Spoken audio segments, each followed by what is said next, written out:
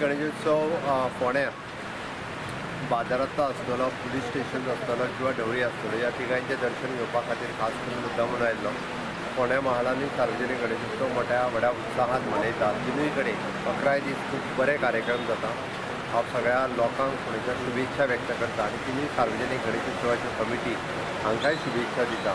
ह्या निमित्तान सगळ्या लोकांक एक सांस्कृतीक सामाजीक आपूण जेणेकरी लागता ह्या भावनेंतल्यान ते काम करता। त्या खातीर खूब खूब शुभेच्छा। आमी सगळ्यांनी व्हडा उत्साहात 11 दिसाचे गणपती मनयतात, ताका सगळ्यांक शुभेच्छा।